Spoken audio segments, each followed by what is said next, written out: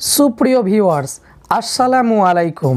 আমি জাহাঙ্গীর আলম শুভ্র, আপনারা দেখছেন টেকজাসে জানাই আপনাদেরকে স্বাগতম। আশা করি ভিডিওর থাম্বনেল এবং টাইটেল দেখেই বুঝতে পেরেছেন যে কোন টপিকের উপরে ভিডিও আজকে হতে চলেছে। তো আজকে যে টপিকের উপরে ভিডিও সেটা হচ্ছে ছোট ইউটিউবার বড় ইউটিউবারদের মোবাইল আনবক্সিং আর ছোট ইউটিউবারদের মোবাইল আনবক্সিং, তার সাথে রয়েছে আমার পছন্দের দুইজন ইউটিউবার। তাহলে চলুন দেরি না করে আজকের ভিডিওটি শুরু করা যাক। প্রথমে যে বিষয়ে আলোচনা করব সেটা হচ্ছে মোবাইল আনবক্সিং বা বিভিন্ন প্রোডাক্ট আনবক্সিং।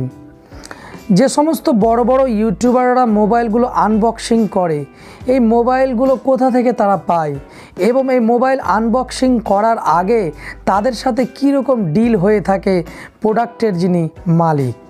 তো সাধারণত যারা ইউটিউবার রয়েছে তাদেরকে মেল করা হয়, ধরুন স্যামসাংয়ের বা রেডমির একটি মোবাইল লঞ্চ হবে, তার আগে যে সমস্ত বড় ইউটিউবার রয়েছে তাদেরকে সেই কোম্পানিগুলো মেল করে যে এই মোবাইলটি সম্পর্কে আপনাকে ভিডিও বানাতে হবে এবং সেখানে পজিটিভ দিকগুলো আলোচনা করতে হবে, আর যে নেগেটিভ দিকগুলো রয়েছে সেগুলো আপনাকে আলোচনা করতে হবে না।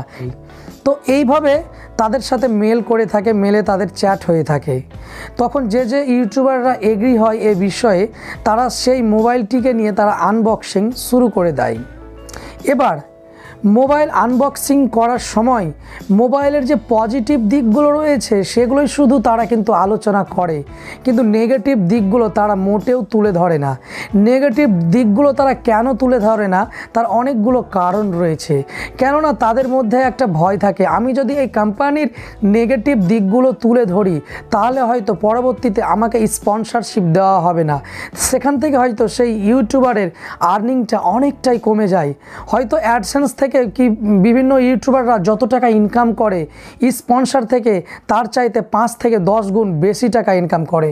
কেউ যদি অ্যাডসেন্স থেকে 30-40 হাজার টাকা ইনকাম করে তাহলে আপনার ওই স্পন্সরশিপ থেকে হয়তো 1 লাখ টাকা পর্যন্ত তারা ইনকাম করে থাকে বিভিন্ন যে সকল টেক ইউটিউবার রয়েছে।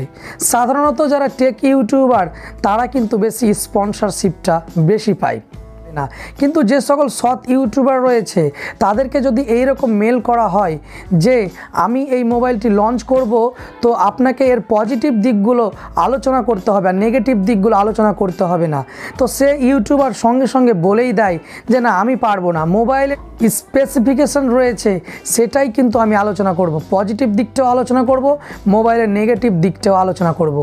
এই সকল ধরনের যে সকল ইউটিউবার রয়েছে তারা কিন্তু স্পন্সর পায় না, আর এরকম ইউটিউবার অবশ্যই রয়েছে।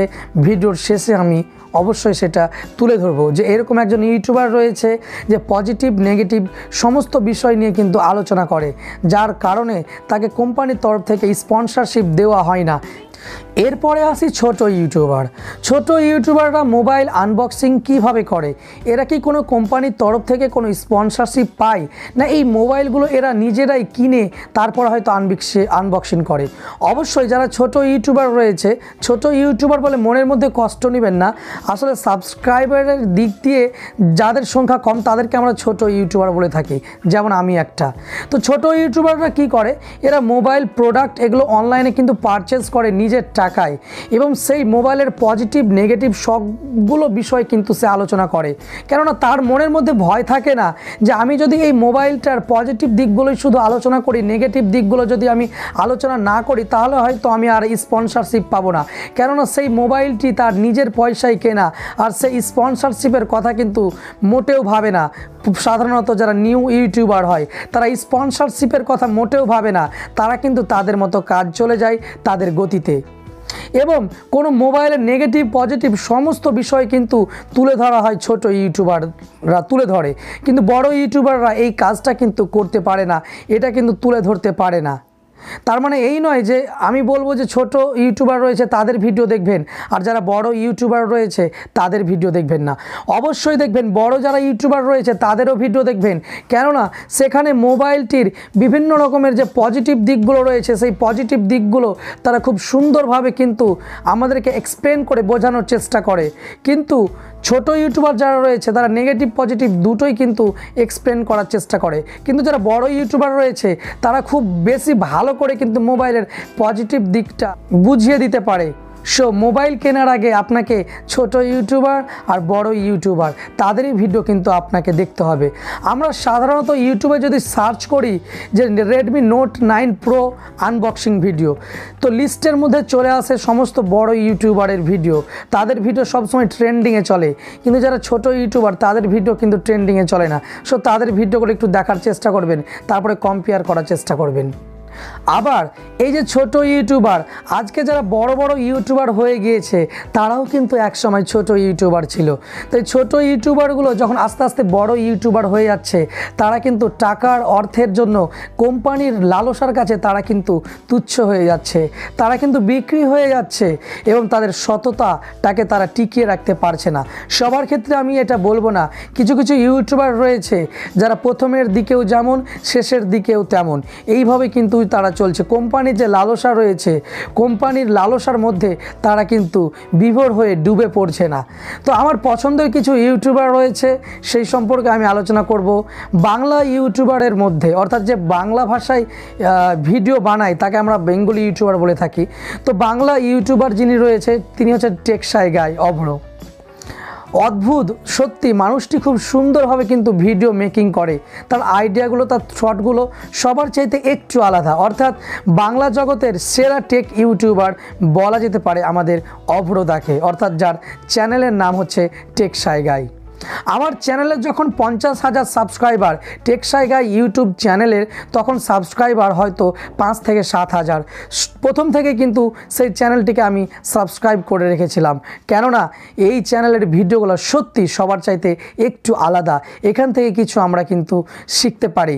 তো তার ভিডিও দেখার পরে এমনটা মনে হয়েছিল যে এই ব্যক্তি কিন্তু অনেক দূর চলে যাবে, এর ভিডিও কন্টেন্ট বলুন সব কিছুই কিন্তু সেরা, আর নিয়মিত কিন্তু তিনি ভিডিও আপলোড করে থাকেন। সো এখন কিন্তু সেই ইউটিউবার বলা যেতে পারে অনেক দূরে চলে গিয়েছে, প্রায় 3 লাখেরও বেশি সাবস্ক্রাইবার গেইন করে ফেলেছে আমাদের TecHJas অভ্রদা। এরপরে আরেকটা ইউটিউবের কথা বলি, যিনি হিন্দিতে ভিডিও বানায়, যার নাম হচ্ছে টেকনিক্যাল সাগর। টেকনিক্যাল সাগর নামে আপনি ইউটিউব চ্যানেল সার্চ করলেই তাকে পেয়ে যাবেন। খুব সুন্দর সুন্দর ভিডিও মেকিং করে, এর নলেজেবল ভিডিওগুলো আমার খুব ভালো লাগে। এই প্রথমে হয়তো আনবক্সিং করতো, কিন্তু এখন আর আনবক্সিং করছে না, কেননা ইনি আনবক্সিংয়ের বিরোধিতা। কেননা যে কোম্পানিগুলো আনবক্সিং করতে দেয় তারা কখনোই বলে না যে মোবাইলের পজিটিভ দিকগুলোকে আলোচনা করতে হবে আর নেগেটিভ দিকগুলোকেও কিন্তু আলোচনা করতে হবে। একটা কোম্পানি সবসময় চায় যে আমার পজিটিভ দিকগুলো সবাই আলোচনা করুক। তো টেকনিক্যাল যে সাগর রয়েছে ইনি কিন্তু এটার পক্ষপাতী নয়। নেগেটিভ দিকগুলো তিনি যদি আলোচনা না করেন তো মনের মধ্যে তিনি অস্বস্তি ফিল করেন। সো যার কারণে হয়তো তিনি আনবক্সিং করে না। তার নলেজেবল ভিডিও টেক সম্পর্কে খুব দারুণ দারুণ ভিডিও মেকিং করে, সো তার ভিডিও কিন্তু আমি দেখি। অর্থাৎ দুজন ইউটিউবারকে আমার খুব ভালো লাগে। বাংলার হচ্ছে অভ্রদা অর্থাৎ TecHJas, আর হিন্দিতে হচ্ছে টেকনিক্যাল সাগর। তো আজকের এই ভিডিও ছিল ছোট ইউটিউবার বড় ইউটিউবার কিভাবে মোবাইল আনবক্সিং করা হয়। তো ভিডিওটি যদি আপনার বিন্দুমাত্র ভালো লেগে থাকে, যদি মনে হয় যে ভিডিওটা আপনার কাছে নলেজেবল, তো অবশ্যই ভিডিওটিকে লাইক করবেন, চ্যানেলটিকে সাবস্ক্রাইব করবেন, পাশে থাকা বেল আইকনটিতে প্রেস করবেন, আর বন্ধুদের সাথে অবশ্যই ভিডিওটিকে শেয়ার করতে ভুলবেন না। তো আজকের মতো বিদায় নিচ্ছি, আবারও দেখা হবে অন্য কোনো ভিডিওতে। আসসালামু আলাইকুম।